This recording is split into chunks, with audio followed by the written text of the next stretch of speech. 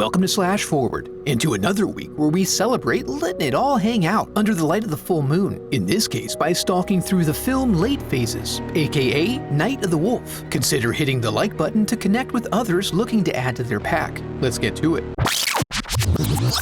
We open Bad Moon style, as a man with a well-trained shepherd haggles over the cost of a headstone. Ambrose drives a hard bargain and ultimately elects to walk away and consider his options, a demonstration of his huge nads. His son Will then brings them to the next stop on their list of errands that day, moving into the assisted living facility where he'll while away the remainder of his days. They arrive ahead of the movers, so Ambrose takes little time acclimating himself to his new surroundings, which includes meeting and ingratiating himself to his new neighbor. I can't see you, but you smell beautiful.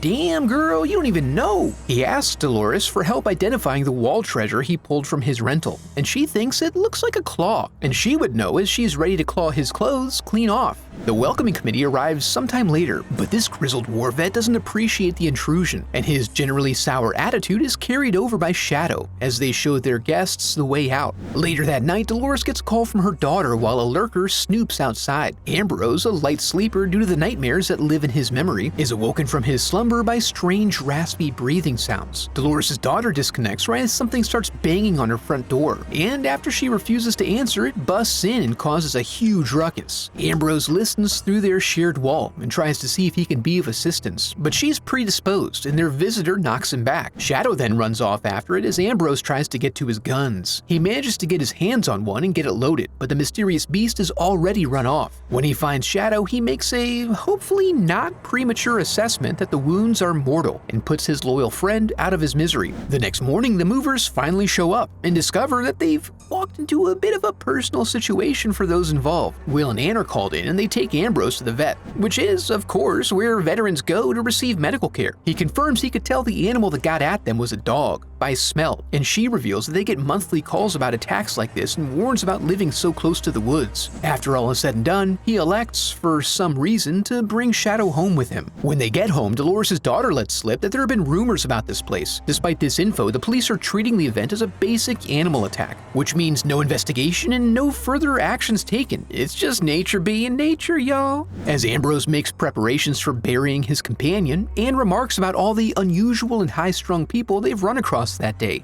Must be the full moon. And it resonates with him. He rolls this around in his mind, coming to the conclusion that he's essentially safe for the next month, while the moon is less than full. So the kids head out and he remains behind, unperturbed. But even though he has time, he also knows he's got to keep his gun clean and his wits sharp. When the mailman happens upon him the next day, Ambrose kindly requests a walking tour of the blood trail that was left by the prior evening's attack. When they arrive at the end of the road, he finds himself at the Baker residence. He approaches the home to make himself acquainted with the residents therein. He's already familiar with Gloria from the welcoming committee, but he hasn't yet met her husband John. However, when he finds him, he learns that he's relegated to the confines of an iron lung, the result of an old tennis injury. As he makes his way home, he mulls over what to make of this development. When he arrives home, the police are there to greet him, letting him know that some residents have complained about his roaming freely about the parcels, and if it comes to it, he's happy to make it his mission to keep Ambrose firmly within his lane. Before they leave, he asks about a flyer left at his house and is told about the weekly shuttle that brings the old folks to St. Anthony's every Sunday. That weekend, he waits patiently, his shovel acting as his new walking stick, for the bus to arrive. When he boards, you can hear the old blue hairs clucking jealously when he pulls a seat next to Father Smith, securing his spot in heaven. They do their best to engage in pleasantries with this unpleasant, brutish man, while Father Smith hacks up a lung straight into his hand like a savage, ensuring a virulent communion.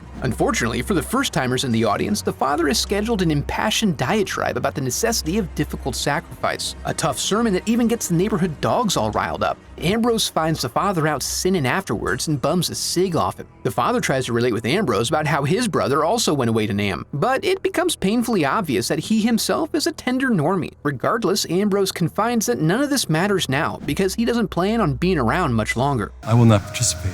Well, who asked you to? As the days come and go, we watch Ambrose spend his time counting out his steps and learning the new layout, doing some more grave digging out back, wandering in the rain, keeping things fit and trim for the ladies, and, of course, practicing his shovel tai chi down by the waterbed. Meanwhile, we also see the ladies from the welcoming committee looking into getting him ejected from the bus for their own presumed safety, meaning, of course, that they really suck at their job. Before long, he's on another field trip with the kids. This time, he finally selects a proper headstone, and it's a beaut. While settling up, he pegs the salesman as the kind of guy who could recommend a good gun shop in town. Then they drop him off where he continues to dig Shadow's grave. As he does so, he's approached by a shrouded figure. His first instinct is that Will forgot something and came back, but the old sniffer says otherwise. So he puts the guy down with his shovel and runs to retrieve his gun. When he excitedly returns to show it to him, all that's left is a smelly old scarf. The police confirm that no one witnessed the attack, but there is evidence of an intruder as he took the time to kill a couple of dogs on his way out of the neighborhood. Ambrose also makes note here that the scarf smelled like smoke and was spun from fine merino wool. So you may want to write that down.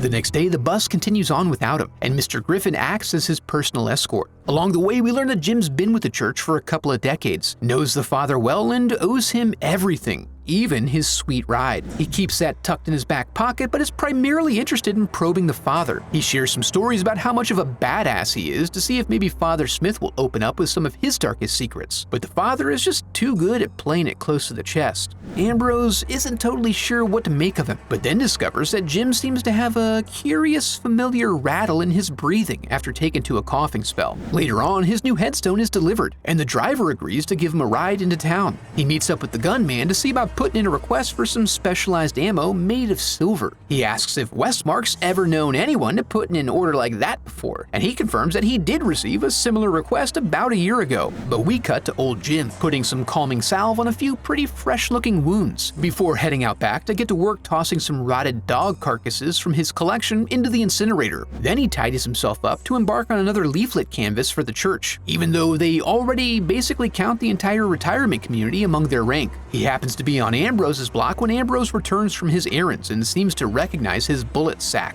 That night, Ambrose finally lays Shadow to rest, and then inside he pulls out on his son, who cowers in the dark like a soft boy. Will complains about the state of the house, but his father assures him that he has a system set up that suits him just fine. With the pleasantries behind them, Will drops the bomb that Anne is pregnant, and they've decided they want to move closer to her family. The bittersweet departure turns sour when Will reveals that he knows Ambrose didn't put his ring in Mom's casket like he said, and this deceit cuts deep enough that he had also already determined that he was going to wash his hands of his father anyway. So take that, Daddy. Elsewhere, Mr. Griffin appears in a resident's home in the middle of the night and asks them to bend a knee with him. Clarissa touches the men with her heartfelt words, and he repays her with a playful nibble of the wrist. The next morning finds Jim at Emmy's house, where he asks politely to take her hand, and she complies in a classic old lady manner. Oh, all right. But he really meant to take it, and she can't shut up about it, so he sees himself out. Later on, Father Smith finds James out back completing some ascetic rituals as penance for his bad behavior, but he confides that these efforts are fruitless and grows increasingly despondent as night falls. His life has been filled with nothing but failed absolution. After that fateful evening, he went out to hunt the beast. It drew first blood, and now he finds himself unable to rid his body of the curse, which is what happens if you're injured but don't die. From that point, stripping flesh from bone becomes just a part of the natural order for you. And anyway, he's just letting the father know, so while he's being slaughtered, he understands that his full death is actually an act of great mercy. Ambrose notes a distinct increase in the distress level of the neighborhood dogs, which we find to be directly proportional to the degree to which James is ripping off his titties. The father's like, "You okay, bro?" and stands over him to bear witness to as much as he can tolerate, which ends up being a bit too much, as when he goes to leave, James is now transformed and ready to show off his standing long jump to claim his first victim. Being out and about already, Ambrose starts at the Baker residence, where he finds that Mrs. Baker is also a werewolf, and they trade torso injuries. But you have to do more than perforate the bowels of this grizzled old vet to keep him down. He gets home to dress his wounds, say goodbye to his son via answering machine, and then finalize the preparations he's been making these last few weeks. When ready, he opens the window and chums the waters outside, using a cranked up hearing aid to detect their approach. Turns out the neighborhood has a full-on infestation of wolf people, as we see them congregate outside. Ambrose manages to hit one just below the breast, and and then gets a perfect headshot on another that tries to hop up and peekaboo him. Downstairs, he mangles his toes, but ultimately manages to take out another. Despite his success, they keep coming to him, providing him the chance to use his shotgun to turn this one's head into a bloomin' onion. Meanwhile, Will has arrived at the neighborhood to take back everything he said, but has some difficulty getting past the main gate. He tries to call his father, but he's a little tied up right now, requiring him to hop the fence and head in. Ambrose then goes outside for the final battle and carefully counts off his steps so he can spring his trap. However, when this fails, he has to think back to what he practiced on the shore all those warm summer mornings. And after a little back and forth, he keeps his cool and evens out the playing field before landing the kill shot. When all is said and done, he takes a breath in his rocker as Will works his way through the carnage toward him. When he arrives, he finds his father in death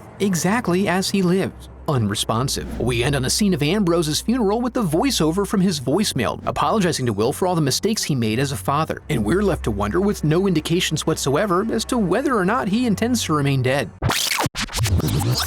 I have a website set up where you can support the channel through donations or merch. I'd like to give a huge thanks to my donors memorialized in the Hall of Headshots.